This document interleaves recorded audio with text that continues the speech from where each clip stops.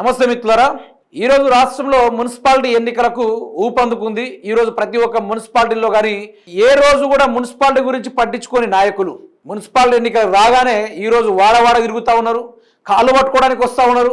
ఒక్కసారి ఓటేయండి, ఈరోజు అధికారంలో మేమే ఉన్నాం, అయితే కాలు పట్టుడు లేదంటే వార్నింగ్లు ఇచ్చుడు, మాకు ఒక్కసారి ఓటేయండి, మా హయాంలోనే మున్సిపాలిటీని ఎట్లా డెవలప్మెంట్ చేస్తామో చూడనని ఈరోజు అమెరికాకు పోయేటోళ్ళు కూడా వాడవాడ గల్లీ గల్లీ తిరిగి మరి కాళ్ళలో పడే కార్యక్రమాలు చేస్తూ ఉన్నారు. వాళ్ళ మొహాలు కూడా గత 2 సంవత్సరాలుగా నియోజకవర్గ ప్రజలకు తెలియదు. ఈరోజు సమస్యల ప్రజలు ఉంటే వాళ్ళు బ్యాగులు పట్టుకొని అమెరికాకు ఢిల్లీకి పోయిన రోజులు ఉన్నాయి, ఆ చరిత్రలు కూడా ఉన్నాయి. అట్లాంటి వ్యక్తులు సమస్య ఉన్నప్పుడు పారిపోయిన వ్యక్తులు ఈరోజు ఓట్ల కోసం మళ్ళీ వచ్చి కాంగ్రెస్ పార్టీలో మంచి పరిపాలన జరిగింది, మీరు మాకు ఓటేయాలనుకుంటూ గ్రామాలు తిరుగుతూ ఉన్నారు. ఈరోజు ప్రతి ఒక్క ప్రజలు డిమాండ్ చేయాలి, క్వశ్చన్ వేయాలి. 2 సంవత్సరాల నుంచి ఎటుపోయిర్రు, మీరు ఎమ్మెల్యేనా? 2 సంవత్సరాల నుంచి ఎటుపోయిర్రు, మా సమస్యలు ఎప్పుడు ఎందుకు రాలేదు? ఈరోజు రాష్ట్రంలో 6 గ్యారెంటీలు ఎటుపోయినాయి, 420 హామీలు ఎటుపోయినాయి అనుకుంటూ నిలదీయాలి. మా బిడ్డలు ఇంటికాడ తిరుగుతూ ఉన్నారు, స్కిల్ డెవలప్మెంట్ ఎడిపోయింది, ఈరోజు ఉద్యోగాలు ఎడిపోయినాయి, 1 సంవత్సరంలో 2 లక్షల ఉద్యోగాలు ఎడిపోయినాయి అనుకొని మీరు ప్రశ్నించాలి. అమెరికా డబ్బులను ఢిల్లీ మూటలు అన్నారు, ఈరోజు ఆ అభివృద్ధి కార్యక్రమాలు ఎడిపోయినాయి. ఈరోజు రోడ్ల వ్యవస్థ ఇట్లుంది, గుంతల రోడ్లు ఉన్నాయి, ఈరోజు వాటిని తట్టెడు మట్టిపోయకుండా 2 సంవత్సరాల నుంచి ఎటు తిరగబోయిర్రు. మేము ఓటేస్తే మా సమస్యలు పట్టించుకోవాల్సింది పోయి మీరు అమెరికాలో పట్టడానికి మీకు ఓటేసామని ఈరోజు మీరు బల్ల గుర్తి అడగాలి, ఈరోజు అడగాలి. అయితే ఈ మున్సిపల్ ఎన్నికల్లో 2 సంవత్సరాలు పడుకున్నారు, సోయి లేకుండా పడుకున్నారు. ప్రతి ఒక్క ఎమ్మెల్యేలు మంత్రులు అందరూ ప్రజల సమస్యలు వినబడలే, కనబడలే. ఎవరైనా వాళ్ళ గురించి మాట్లాడితే మాత్రం జైలులో పెట్టే కార్యక్రమాలు వాళ్ళు చేసిర్రు. ఇప్పుడు నేను మాట్లాడేది పాలకుర్తి యశస్విని రెడ్డి గారి యొక్క రాజకీయాల గురించి. ఆవిడ గారు 2 సంవత్సరాల నుంచి ఆ యొక్క నియోజకవర్గంలో ఎక్కడ కూడా అవపడలేదు. ఆ మేడం గారు ఎక్కడ కూడా ఏ ప్రయత్నం కూడా చేయలేదు, ఎక్కడ కూడా అభివృద్ధి చేయలేదు. మేడం గారు ఎలక్షన్లప్పుడు వచ్చి ఏం చెప్తున్నారంటే, నేను పాలకుర్తిలోనే ఉంటా, మొత్తానికి నేను పాలకుర్తిలోనే ఉంటా, రోజు ప్రజల సమస్యలు తెలుసుకుంటూనే ఉంటా. ఇప్పుడు కూడా మన తొర్రూరులో ఒకటి పెడదాం, ఒక ఆఫీస్ పెడదాం, ఆఫీస్ పెట్టి ఇప్పుడు పెట్టండి, ఎప్పుడో ఎందుకు ఇప్పుడు పెట్టండి, ఆఫీసు పెట్టి ఆనే ఉండండి. నేను ఒకవేళ రాకుంటే నా మీద 420 కేసు ఫైల్ చేసి నన్ను జైలుకు పంపండి, నేను మాట తప్పితే అని రాయండి, దమ్ముంటే అట్లా రాయాలి కదా. రాయకుండా మేడం గారు ఏమంటున్నారు ఒక్కసారి వినుకునే ప్రయత్నం చేద్దాం, వినండి. ఇది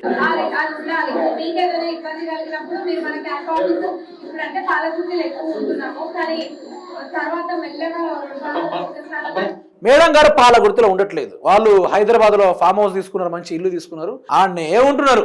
పాలగుర్తులు చచ్చినారారు, పాలగుర్తుల సమస్యలు మునిగినారారు. పాలగుర్తి ప్రజల పొలాలు ఎండిపోతే మేడం గారేమో బ్యాగులు పట్టుకొని అమెరికా పోతారు. ముందు మేడం గారు పోతే తర్వాత అత్తగారు బ్యాగ్ సర్దుకొని ఒకరి వెనకాల ఒకరు వెళ్ళిపోతూ ఉంటారు వీళ్ళు. మళ్ళీ ఇప్పుడు ఏమంటారు అంటే, తొర్రూరులో కూడా మరొక మంచి క్యాంప్ ఆఫీస్ పెడదాం, మీ సమస్యలు ఏదో తెలుసుకుందాం అంటున్నారు. మరి సమస్యలు తెలుసుకుంటే ఇప్పుడు పెట్టాలి కదా, ఎన్ని రోజుల నుంచి ఓట్లప్పుడే ఎందుకు గుర్తొచ్చింది? ఈరోజు తొర్రూరు ప్రజలు కూడా ఆలోచించాలి. ఆ మున్సిపాలిటీ ఓట్లు ఉన్నప్పుడే ఎందుకు ఈరోజు క్యాంప్ ఆఫీస్ గుర్తొచ్చింది, ప్రజల సమస్యలు ఎందుకు గుర్తొచ్చింది? మళ్ళీ ఏ స్టంట్ ప్లే చేసి మళ్ళీ గెలుద్దామని చూస్తున్నారు. అమెరికా డబ్బులు ఎడువాయే, మీ స్కిల్ డెవలప్మెంట్ ఎడువాయే, తులం బంగారం ఎడువాయే, ఈరోజు మహిళలకు 2500 ఎడువాయే, 6 గ్యారెంటీలు ఎడువాయే, గ్యాస్ ఎడువాయే, రైతు బంధు ఎడువాయే. ఈరోజు ప్రతి ఒక్కది మొత్తం బోగస్ చేసేసి మంచి మాటలు మాట్లాడుతూ ఉన్నారు, వినండి.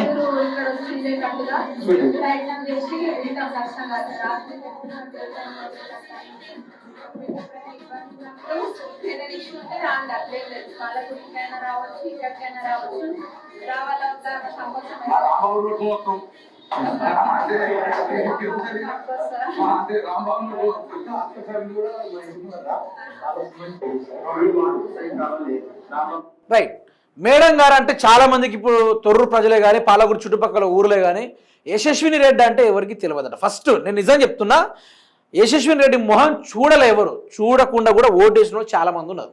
అయితే గత 2 సంవత్సరాలుగా ఏ సామాన్యునికి ఫోటో ఇవ్వలేదు మేడం గారు. ఏ ఒక్క ఊరికి పోయి కూడా ఇంటి ముందు పోయి ఎక్కడ కూడా ఫోటో దిగలే.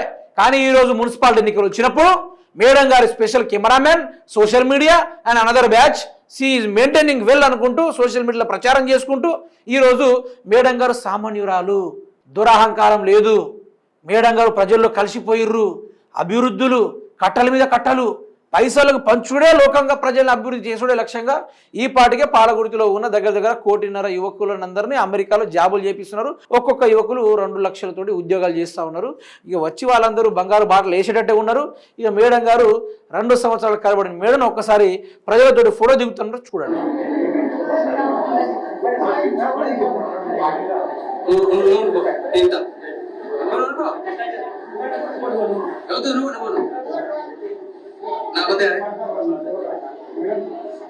గత 2 సంవత్సరాలుగా సామాన్యుల ఇంటి ముందుకు పోయి ఎక్కడ కూడా మేడం గారు ఫోటోలు దిగలేదంటే ఎక్కడ కూడా దిగలేదు. గుర్తుపెట్టుకోండి. ఒకసారి మళ్ళీ చెప్తా, కాంగ్రెస్ పార్టీ పాలకుర్తిలో అధికారంలో వచ్చినప్పటి నుంచి యశస్విని రెడ్డి గారు ఏం చేశారు? శిలాపలకాలు ఓపెన్ చేసుడు, జేసీబీల మీద ఫోటో దిగుడు, ప్రజలతోటి నడుచుకుంటూ పోవుడు, రిజర్వాయర్లో పూరు చల్లుడు, గీతప్ప మేడం గారు ఏం చేశారు? ఒకటి చెప్పండి. గుంతల్లో తట్టిన మట్టి పోసారా? లేకుంటే ప్రజల సమస్యలు తీర్చారా? లేకుంటే చనిపోయిన వాళ్ళకి అండగా ఉన్నారా? పంట నష్టం జరిగితే వారికి పరిహారం ఏమైనా ఇచ్చారా? ఏం చేశారంటే మేడం గారి చరిత్ర చూసుకుంటే 2 నెలల బ్యాగులు పట్టుకొని అమెరికా పోయింది తప్ప, ఫోటోలు దిగింది తప్ప ఏది లేదు అనేది తొర్రూరు ప్రజలకు తెలవాలి. మీరైనా మేలుకోవాలి. మీకు పవర్ఫుల్ అస్త్రం వచ్చింది. ఇప్పుడు ఓటు హక్కు ఏంది, ఓటు దమ్మేందో మీరు చూపెట్టాలి. ఇప్పుడు ఈరోజు యశస్విని రెడ్డి ఇట్లా ఫోటో దిగుతున్నారు కదా, ఇప్పుడు దీని వెనకాల ప్లే అవుతుంది. మీరు చూడండి. యశస్విని రెడ్డికి సమస్యలు చెప్తా అంటే వినకుండా ముందుకు పోతుర్రట. ఏమన్నా ఉంటే మీరు పాలగుర్తికి రండి, మీ సమస్యలు వినడానికి నేను తొర్రూరులో కూడా ఒక మంచి క్యాంప్ ఆఫీస్ ఓపెన్ చేస్తానని చెప్పిన మేడము సమస్యలు చెప్తానే ముందుకు కురుకుతుర్రట. ఒకసారి గది కూడా విని తరించండి.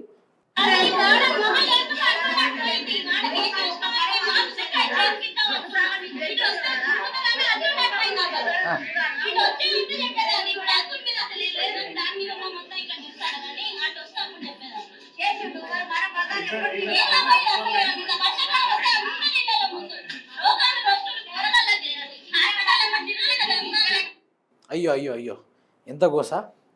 రోడ్లు బాగాలేదు, డ్రైనేజ్ బాగోలేదు. గత ప్రభుత్వం ఉన్నప్పుడు అంత కొంత ఈ రోడ్లైనా వేసింది, కానీ యశస్వి రెడ్డి వీటిని అసలు మరమ్మతులు లేదు, ఏది లేదు. మేము చెప్తా ఉంటే ముందు కురుకుతా ఉంది అనుకుంటూ మాట్లాడుతూ ఉన్నారు. ఇంకోసారి మీరు రావాలి, మేమేందో చూపెడదాం అనుకుంటూ మహిళ కూడా చెప్పడం జరుగుతుంది. ఇంత ఘోరం అవసరమా అని అడుగుతున్నా. ఇంత ఘోరం అవసరమా?